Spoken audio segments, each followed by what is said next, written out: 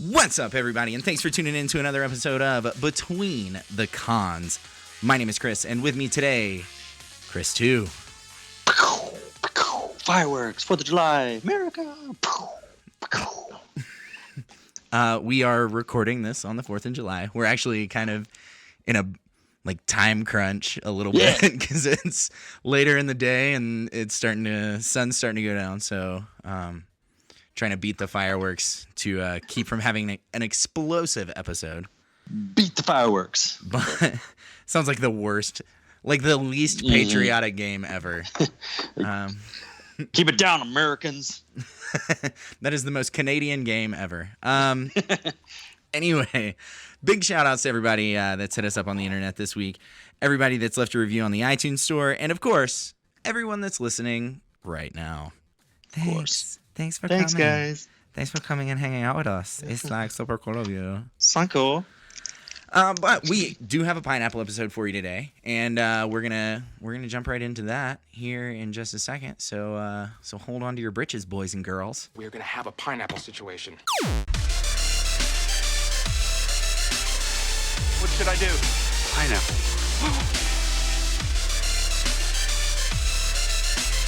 The word that cannot be spoken. Pineapple.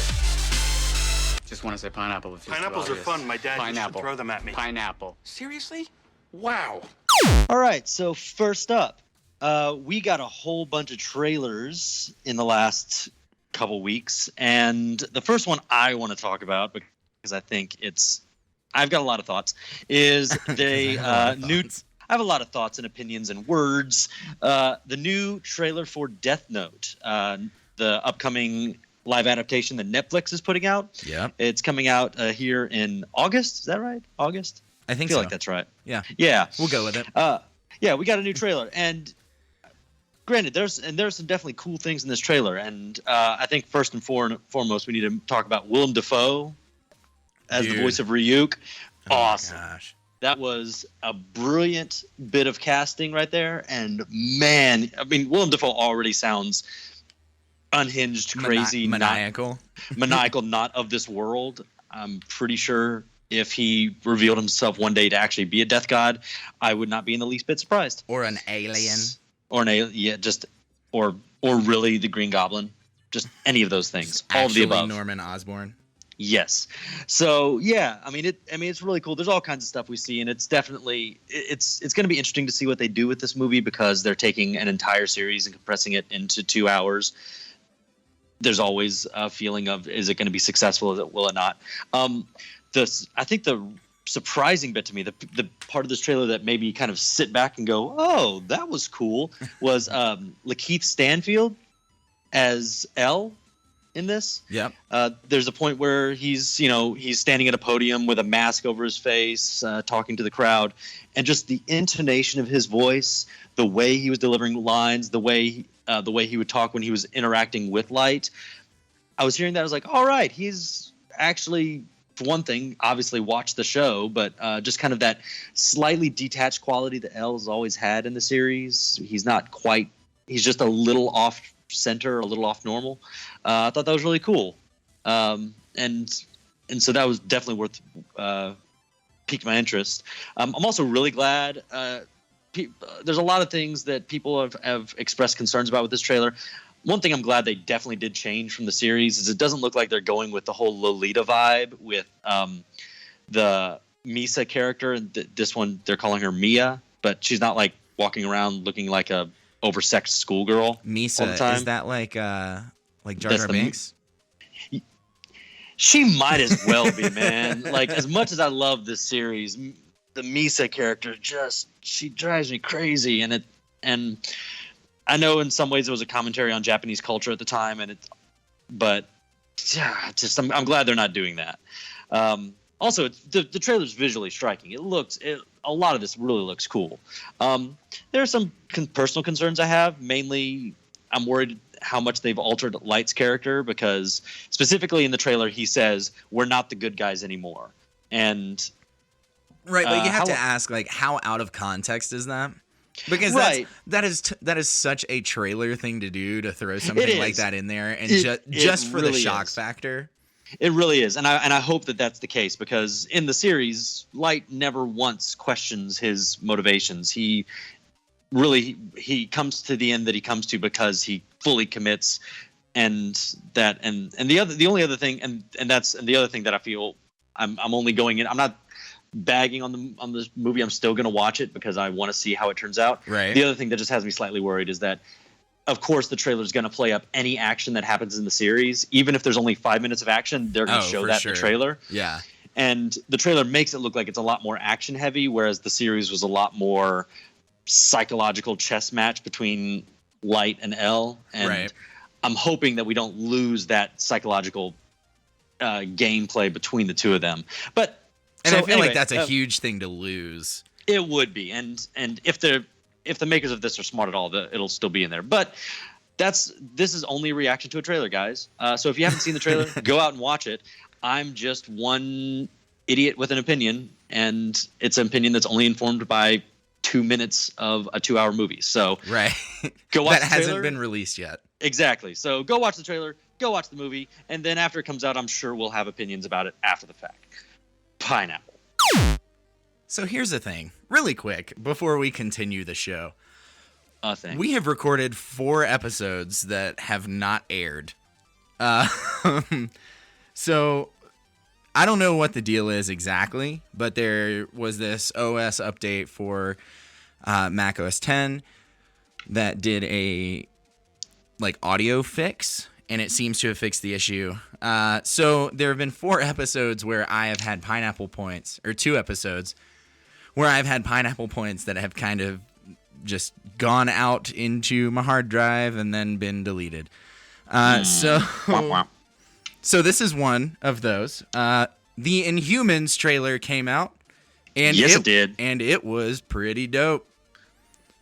I had a lot of reservations about the Inhumans. It's going to be a series by Marvel, and it is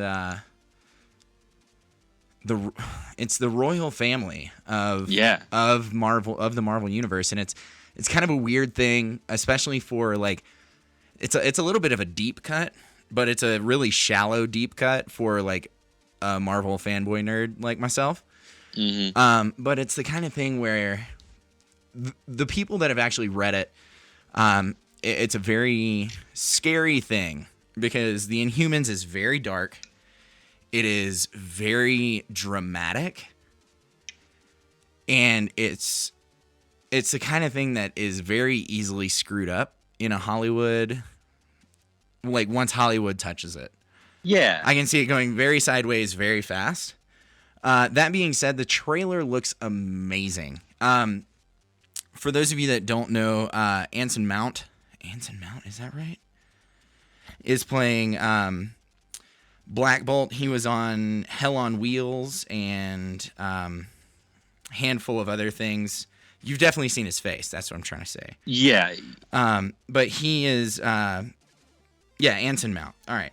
Anyways, back to what I was talking about. He is Black Bolt. Black Bolt cannot speak. Actually, Black Bolt can speak, except when he does, he blows stuff up. There's a wrecks stuff. Yeah, there's a really cool quote about for him to whisper a word, he would have to sacrifice a world. That's give you an idea of the breadth of his power. So the show is going to be about the royal family, the Inhumans, and it seems to be revolving around the mutiny, I guess is a good word for it, of Maximus, who is Black Bolt's brother, and how he is going to try to take over the world, basically rid the world of humans, so that the Inhumans can thrive. Looks super good. I'm really impressed with Lockjaw. Lockjaw is a giant bulldog.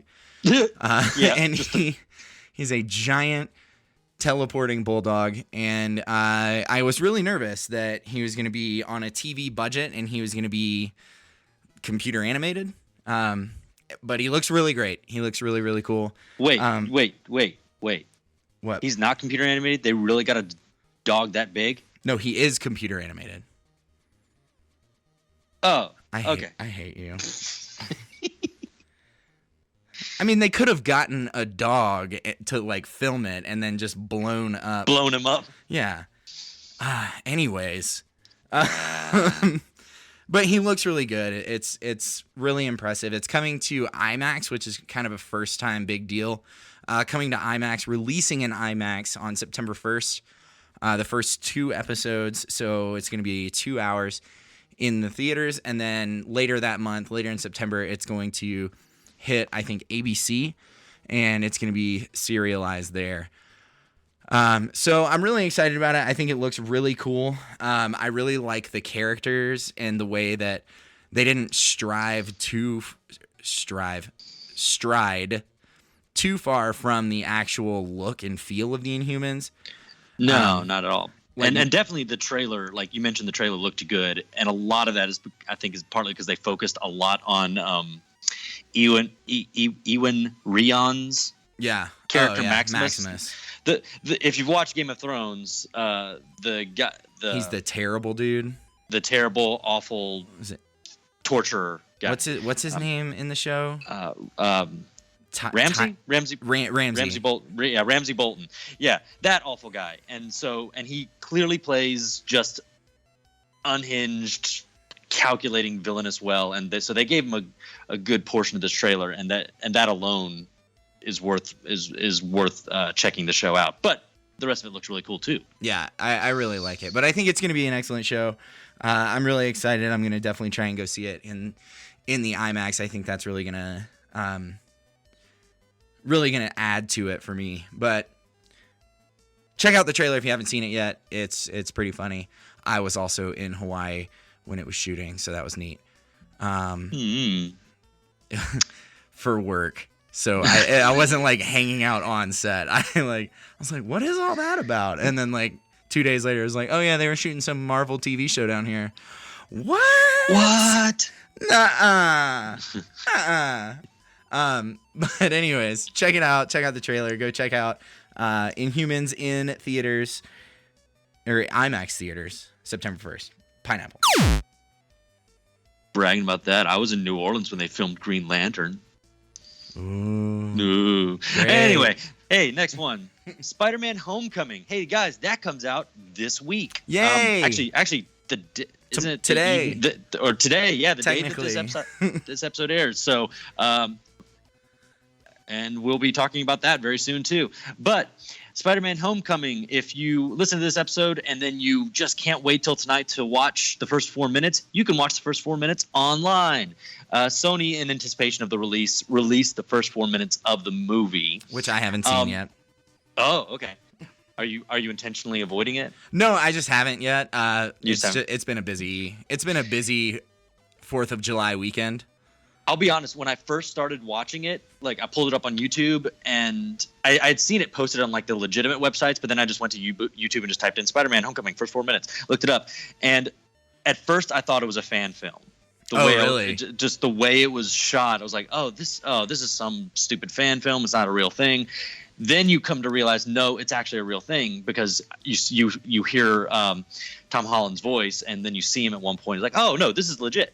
And what it is that most of it is cell phone footage that Tom Holland's Peter Parker awesome. Is taking of himself, and he's like documenting his trip when Tony Stark calls him and has Hap bring him to Berlin for what we remember is when he first confronted Captain America and his whole group in Civil War. And so we get a little bit of like a little bit of a sideshow look at that. And then it ends with a tiny piece of the scene that we've already seen in the trailer of Tom Holland and Tony Stark sitting in his car, and he's just basically telling him, go out, do good. You're not in the Avengers yet, but here's the suit, and gives him the suit, and we have that. And it's the same scene where he has the awkward hug in his car. Yeah. So yeah, that's going to be in the first 4 minutes, and from all indications, that's how the movie begins. Before I'm guessing that's just like a little tiny bit before the actual title card comes up and the theme music goes, is my guess. That's probably true, yeah.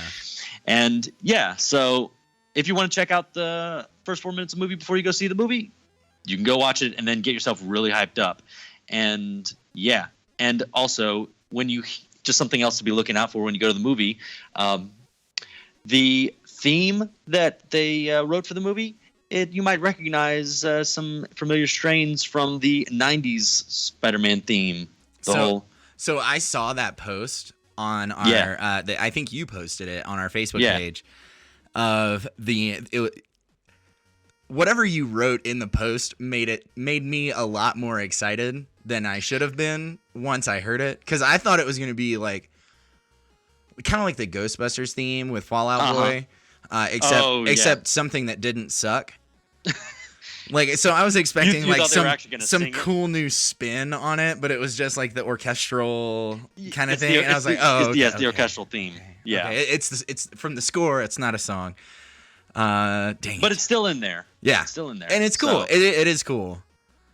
In fairness. So, but anyway, so go see it, and we will be talking about Spider-Man on this podcast on our next episode on Monday. So go watch it, and then come back and you can listen to what we have to say about it. Pineapple. Yippee. Speaking about Spider-Man, this is a Spider-Man. This is a little thing that made me like really angry until I thought about it. So John Watts, who is the director for SpiderMan Homecoming, has come out and said that they are not going to be including the Spidey sense in SpiderMan Homecoming. I have not heard this. I was super mad. I was like, how entitled? Because it was just like, well, they've done it so much in the past in all the other iterations of Spider-Man that we felt it was going to be too much, and we didn't want to lean on it. And I was like, look at this guy. He is. But that's part of his character. Exactly. And I'm just like, this is so entitled. Like, he's coming in, he wants to make his own Spider-Man. It's like, that's a huge thing about Spider-Man, is the Spidey sense. And for those of you that are listening and don't know what the Spidey sense is, somehow, it's like an early warning system, basically, built in. So whenever, like, for example, Green Goblin, or Hobgoblin, let's go with Hobgoblin. Hobgoblin throws one of his pumpkin bombs. Pumpkin bomb. And Spider-Man's not looking. He can sense that there's a pumpkin bomb coming at him, so he can get out of the way. You're explaining this to people who don't, assuming that they don't know what Spider Sense is. So I'm assuming it's someone who just has no knowledge of Spider-Man whatsoever. And I brought up the Hobgoblin. and that's and pumpkin bombs. That sentence sounds like it was made up by a madman. Yeah. Someone throws a bomb at him, and his brain says, "Hey, there's a bomb coming at your head." So he ducks. That's what it is. But it makes a lot of sense. Like, the more I thought about it, the more it made sense. And even in the comics, especially in The Amazing Spider-Man Volume 2, who I don't remember who wrote it. I think it was Bendis. Humberto Ramos. He was the artist, the cover artist at least. The only reason I remember that is because I talked to him for about 2 hours this weekend at Comic-Con. But he, in that iteration, he didn't just have and know what the Spidey sense was. It was something that, like, over the first 5 or 10 issues, he started to learn. Like, oh, that's what this is. It was just a tingling sensation. He didn't really understand it. He didn't really know what it was. And then, like, the more he found himself in battles, the more fights or situations, he began to understand what it was, and it was something he kind of developed. So maybe they're taking that approach, and I would really appreciate that, actually, if that's the way they were going with it. Oh, for sure. And John Watt did say it's a really interesting thing to explore. So they can't have Spider-Man and not have Spidey sense. So it's going to get incorporated at some point. And I think especially with this one being seeming to revolve pretty heavily around, like, figure out your powers kind of thing, I think it's going to be one of those things that may not come to light in this one, but definitely will soon. So yeah, Spider-Man Homecoming will not have no Spidey sense. But maybe in the future. But maybe, hopefully, for the love of all things holy, in the future. Pineapple. So, on over to DC. There's been some interesting things happening in the DC. I mean, we talked about Wonder Woman a few weeks ago and how it's, a nice positive turn for the DC, and there's been some shakeups happening. Specifically, we've reported recently back in February that with the DCEU's Batman solo movie coming up, that Ben Affleck left the director's chair for. We've heard different reasons for that, right? And so part of it, I would just think I have not directed a movie, but I have directed a play that I've also been in, and that was really hard. A lot of work. It's a lot of work, and so that alone, not to mention it's like a really high. It's something that has a lot of effects, not to mention crazy costumes, that kind of thing. I got to imagine that would be a pain. But anyway, back in February, Matt Reeves, the director of Dawn of the Planet of the Apes and the upcoming War for the Planet of the Apes, took over direction. And not much has been said since then because he was kind of busy with the Planet of the Apes movie. But he actually, in a recent interview with New Trailer Buzz, he talked a little bit more about his directive vision for this show. Or for this movie, sorry. And he said, quote, "In all of my films, what I try to do in an almost Hitchcockian sense is use the camera and use the storytelling so that you become that character, so you empathize with that point of view. There's a chance to do an almost noir-driven detective version of Batman that is point of view driven in a very, very powerful way that hopefully is going to connect you to what's going on inside of his head and inside of his heart." And all that sounds great. Sounds like a competent director talking. But the point that I really want to bring out that I'm really excited to hear is when he says a noir-driven detective version of Batman. Yes. So this was actually one of the pineapple points that didn't make it to the air in the last few episodes. And one of the things that I commented on this is the fact that we haven't really seen pretty much ever on film is Batman being a detective. Yeah, we've gotten like little snippets of him like sort of doing, like in Dark Knight there was a bit where he was doing the bullet analysis on a brick, on that in the brick, but that's mostly him just running it through a computer system. That's not him being a detective. And Batman throughout the history of comics has been called the world's greatest detective. I mean, he debuted in Detective Comics. Yeah, and there are some fantastic stories, comic stories, where the writers who actually know what they're doing and can really delve into that side of him write these amazing stories of him really like figuring out these plots and investigating and using his detective skills so than his fighting skills. The Long Halloween is a brilliant perfect example. Yeah. Or Hush. Hush also. Hush is an even better example, actually. Exactly. And even Under the Red Hood, or Under the Hood is Under the Hood. Under the Hood. There is a bit of detective work in there as well as he's trying to figure out who the Red Hood is. So this could be our chance, from what Matt Reeves is saying. Maybe we could finally be seeing Batman portrayed as the world's greatest detective on film. I would love that. Yeah, me too. And it's actually in line with some of the things that Ben Affleck had described about the character and about the movie back when he was directing it. He was also interested in that aspect of him. So I'm hoping that's where this movie's going. It would be amazing. It's still expected to release in 2019. There is no word whether Joe Manganiello, I knew I was going to mess this up. Joe Manganiello's Deathstroke will still be the main villain.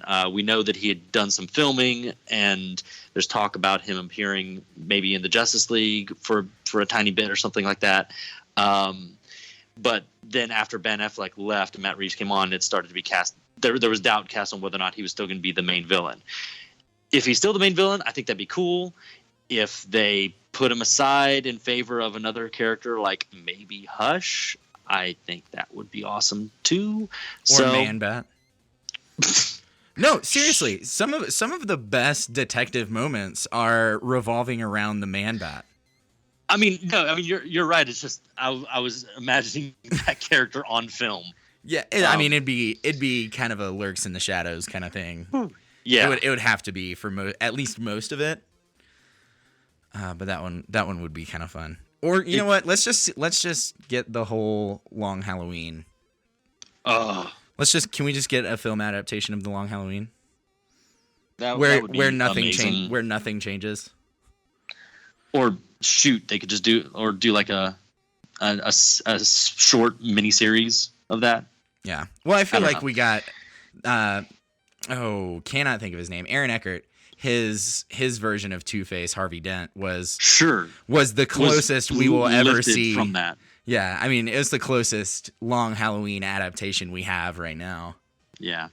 But so that's what we have to look forward to. Here's hoping that Matt Reeves really means it when he says Batman will be a noir thriller-esque type thing, because I just want to, nothing else, Batman just walking along the rain-soaked streets of Gotham, all in black and white, where he says, "My city. It stinks and I have to clean it." I don't know. Anyway, Pineapple. Rorschach. Yes. So, or The Spirit. You remember that movie? Oh, pass. So Deadpool 2 is filming, for those of you that didn't know. We've seen a lot of, I feel like it was the hottest thing to talk about for like 3 weeks of who's going to play Cable. Josh Brolin was decided. So he's going to be in his Cable. He's been posting some really sweet videos of like videos and pictures of like his transformation into the character. Dude is like in his mid 50s and ripped. He is ripped like Jesus. Oh my gosh. That dude is so strong. Yeah. If you haven't read your scripture, Jesus is ripped and sexy. Yeah, he's a carpenter. He worked with his hands for 30 years. But all of that to say, because Deadpool 2 is filming right now, we've seen a lot of behind the scenes like images, as well as some photos taken by like the paparazzos, just kind of sneaking some pictures from the set. There are two that I want to talk about, and the only reason I want to talk about it is because it gives me so much hope for Deadpool 2. I'm not very outwardly spoken about how I'm super afraid Deadpool 2 is going to crash and burn. But I'm a little afraid that Deadpool 2 is going to crash and burn, because it was such a perfect film, like, for Deadpool. Yeah. So the second one, I mean, it's got to keep that energy. I think that it's a really hard thing to do, and after going through the directorial changes, and all that kind of stuff, it's kind of up in the air for me, at least. But these images are good for me because they show off like the irreverence of Deadpool. One of them is Deadpool like jumping into a swimming pool at a child's birthday party. He is wearing street clothes, like tearaway windbreaker pants, and like just a long sleeve shirt and the Deadpool mask. Because he never takes the mask off, kids. Right. You don't want him to, because he's gross. No. But that's one, and then the other one is him. You can't really tell what he's doing, but he's wielding a giant pistol, and once again in street clothes, like khaki colored jeans, black Converses, a white t-shirt, and like a black bomber looking jacket with the Deadpool mask. So it's the kind of thing that makes me feel better about it, because it seems like it's sticking with the irreverence, sticking with the overall feel of the actual comics. But Deadpool 2 is is in filming right now, which is great. And hopefully we will see it actually come out in theaters on June 1st next year, which is when it's slated. Still got a long time between now and then, but I'm crossing my fingers and hoping it's awesome. Pineapple. Yeah. So, Pottermore dropped some new tasty plot details for the sequel to Fantastic Beasts. They actually dropped a whole bunch of stuff.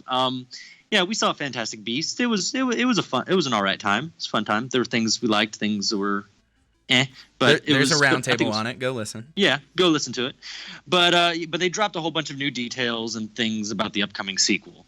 Probably the biggest thing is just like what the setting up for what the general plot is going to be.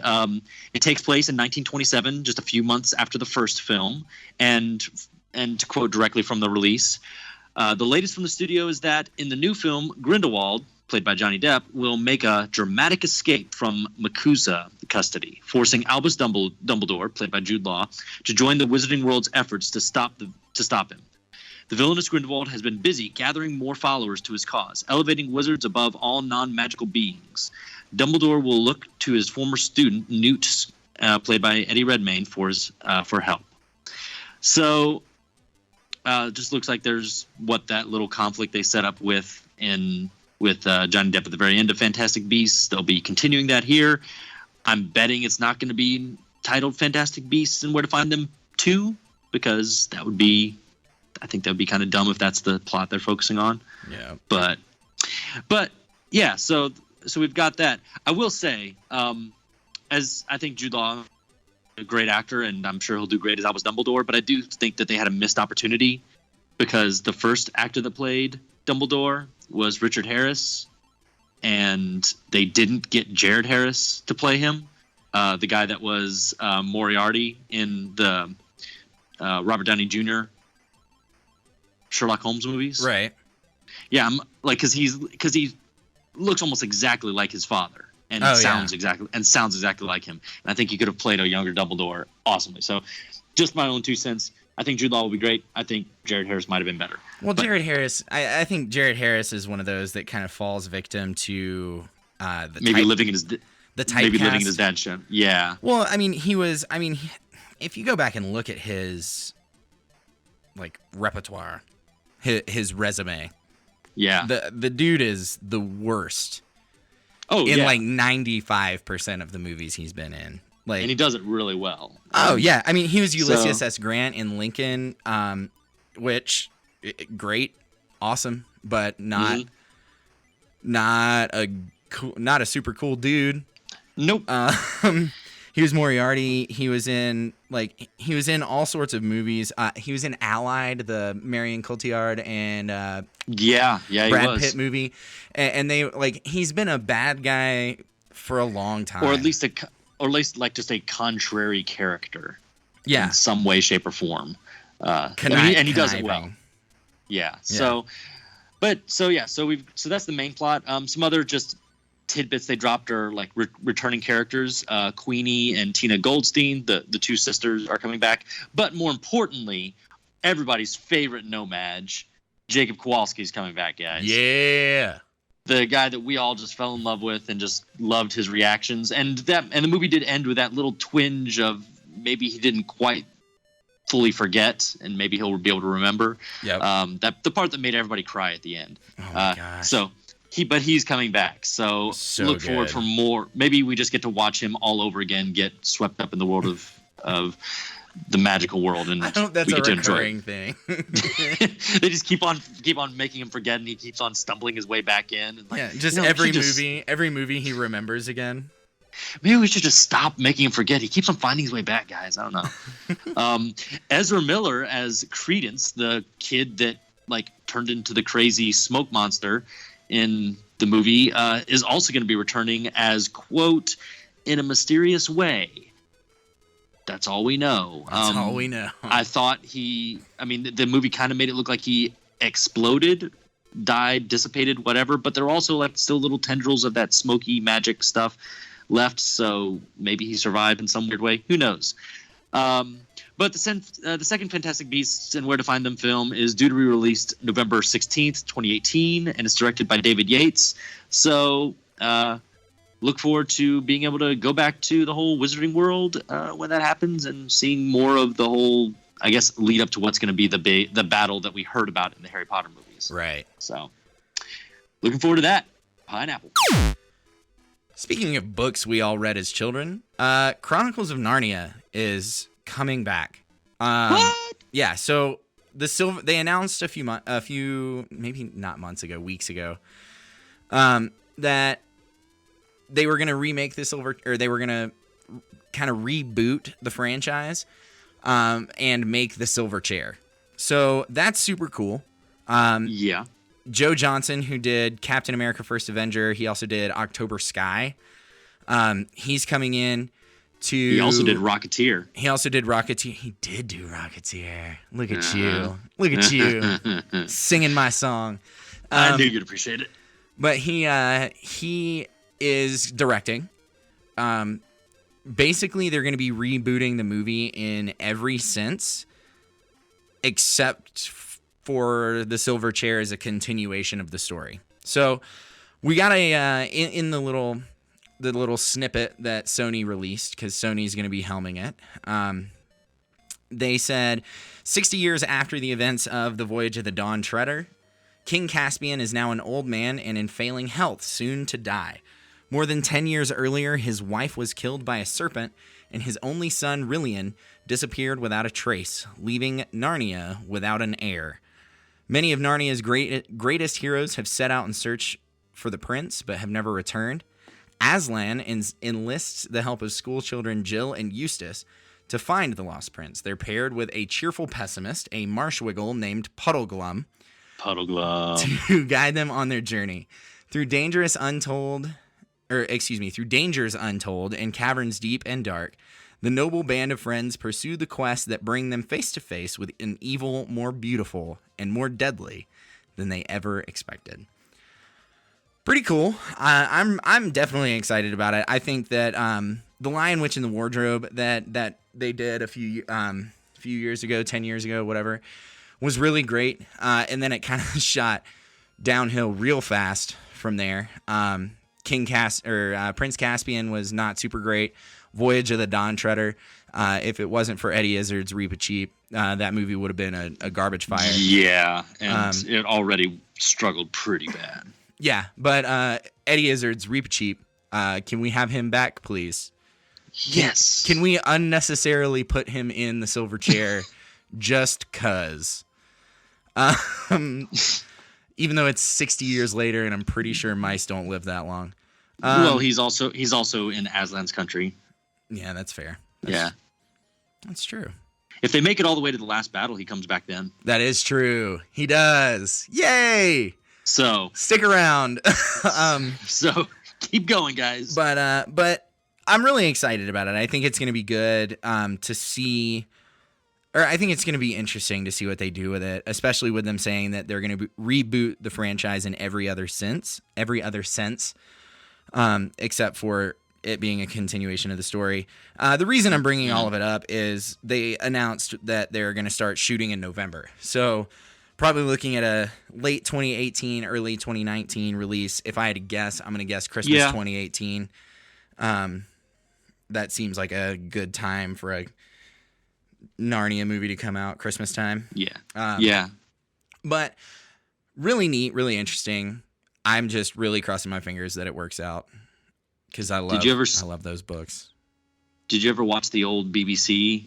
I did. Silverchair with Tom Baker as Puddleglum. Well, the thing about the Silverchair is it is probably the hardest book to read out of all of them. It's a big wandering adventure. Yeah, not because it's a hard book to read, but because it's just boring. It's like there are a lot of spots in the book where it's like 20, 30 pages of just like, all right, come on. We're wandering. We're wandering. Let's do something now, please. Yeah. But it's a good story. It's a great story. And I think it'll translate well into a moving picture. So we'll see. Fingers crossed. November is shooting. So 2018, Christmas time, maybe? Here's open. Pineapple. Yeah.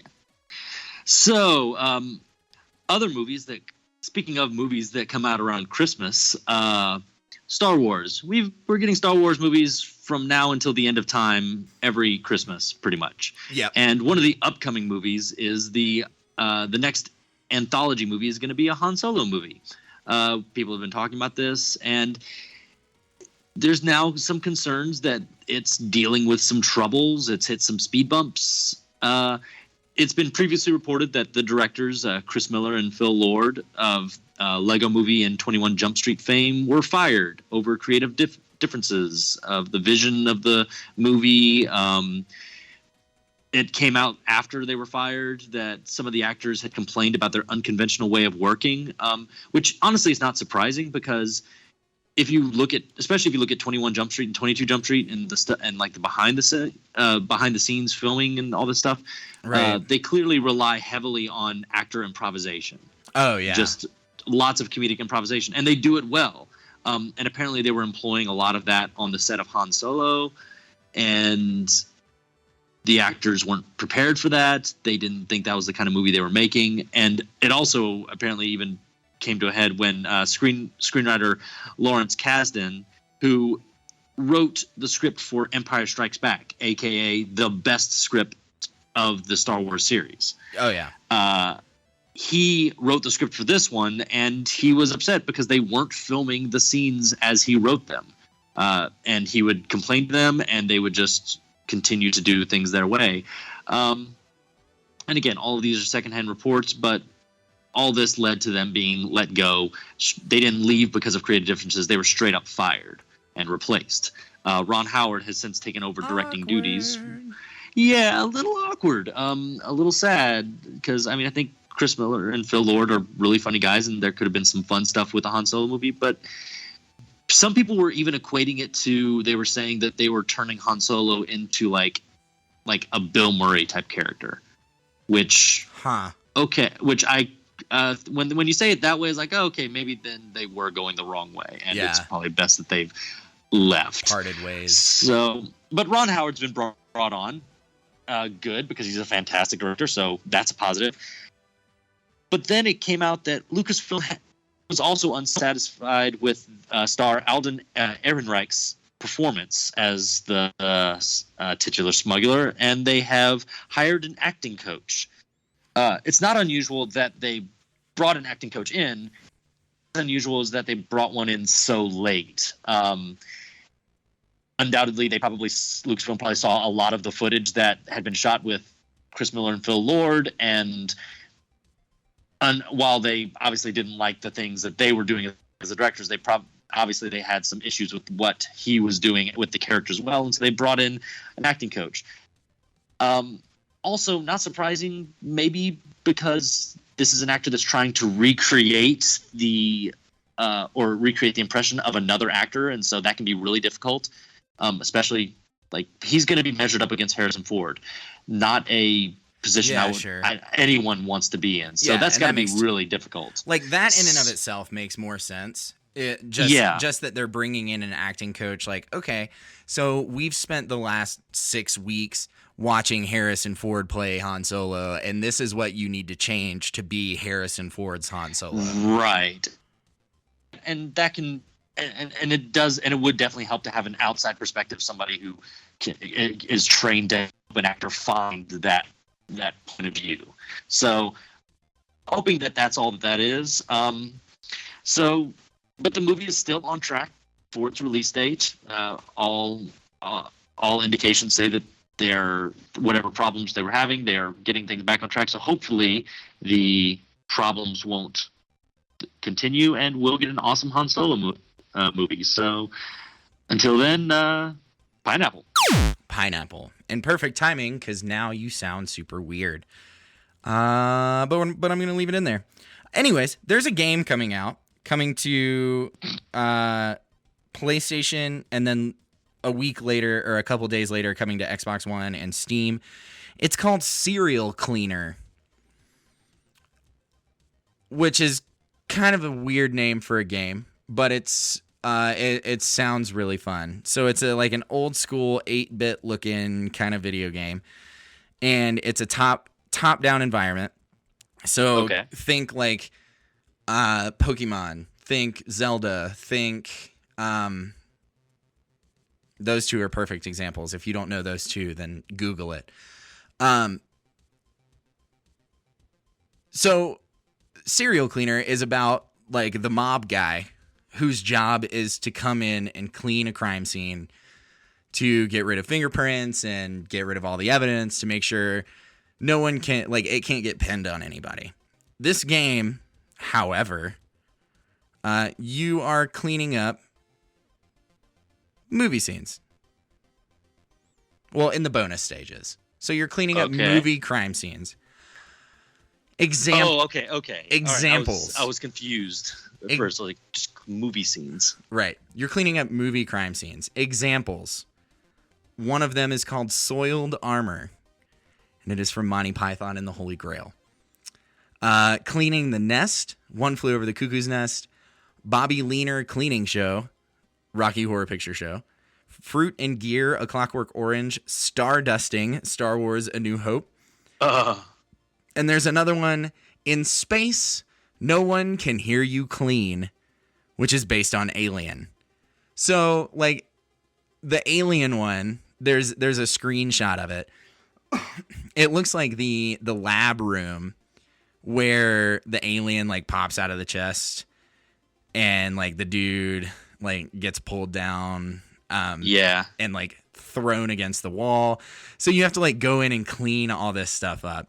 It looks hilarious. It looks like it's a lot of fun. I don't really understand how the gameplay is actually going to work. I haven't found a whole lot to explain that for me. But you'll be cleaning up. You'll be disposing of bodies, cleaning up bloodstains, hiding evidence like the murder weapon. But throughout all of that, you'll also have to infiltrate the scene and avoid detection. So there's a little bit of a stealth aspect to it. Okay. As well as the cleaning aspect. And in one of these, it looks like there are cameras that kind of swoop. So, like, you run into an area and run back out before the camera pans and, like, catches you. So it looks like it's going to be really fun. There are different challenge modes, so you can make it. I'm assuming that means difficulty setting. So you can make it more difficult if that's your choosing. But it comes out on PlayStation 4 on July 11th, and then Xbox One and Steam on July 14th. Depending on how much it costs, I am willing to play it. But if it's an arcade, like Xbox Arcade kind of thing, I might just go ahead and download the demo, give it a shot, and see if it's actually worth the purchase, because it seems like a really fun game, and it seems like a mindless kind of game, like a kind of game that you can play a level and not get sucked in for like hours and hours and hours, which is the kind of game that I prefer, because I don't have hours and hours and hours to get sucked into games very much. But it seems really cool. It's called Serial Cleaner. Serial, like Serial, not like the stuff you eat for breakfast. I'm gonna clean up these Cheerios. Yeah, that would be a very different kind of game. Mm-hmm. Yeah, but it seems really cool. I'm gonna try it out at least, assuming there's a demo I can download. So fingers crossed for that. But check it out, July 11th on PlayStation 4, July 14th, Xbox and Steam. Pineapple. And that is it for the show. We made it. We made it all the way to the end. Thank you, guys. It's like we unlocked an achievement, guys. Achievement Podcast unlocked. Completed. Podcast completed before the fireworks. Yeah. I don't think there was a single explosion that went off in the background, so that's a win in my book. Woo. But thank you guys so much for tuning in. Make sure you check out our website, betweenthecons.com. You can stream our episodes online. You can link out to all our social media sites. If you want to help support the podcast, go to betweenthecons.com/Patreon/Amazon/Satchel, any of those three. And those are all great ways to help support us. If you like our theme music, go to betweenthecons.com/bandcamp, and that'll take you to Affix's page where you can download his dope dubstep that we use. Dubstep. And finally, thank you guys for subscribing.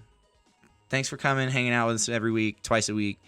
I enjoy it. It means a lot to us. I hope you do too. But We do. tune in on Monday. We're going to be reviewing SpiderMan Homecoming because it comes out this weekend. Spider-Man does whatever a spider can. Spins web. Thwip, thwip. Swing, swing. But we're going to be reviewing that on Monday. It's going to be a great time. So you guys don't want to miss it.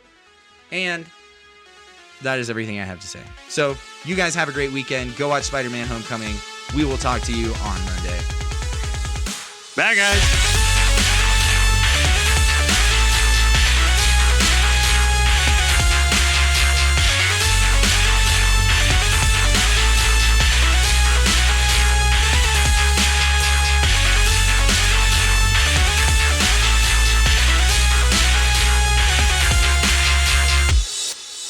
We've just been sitting around doing nothing.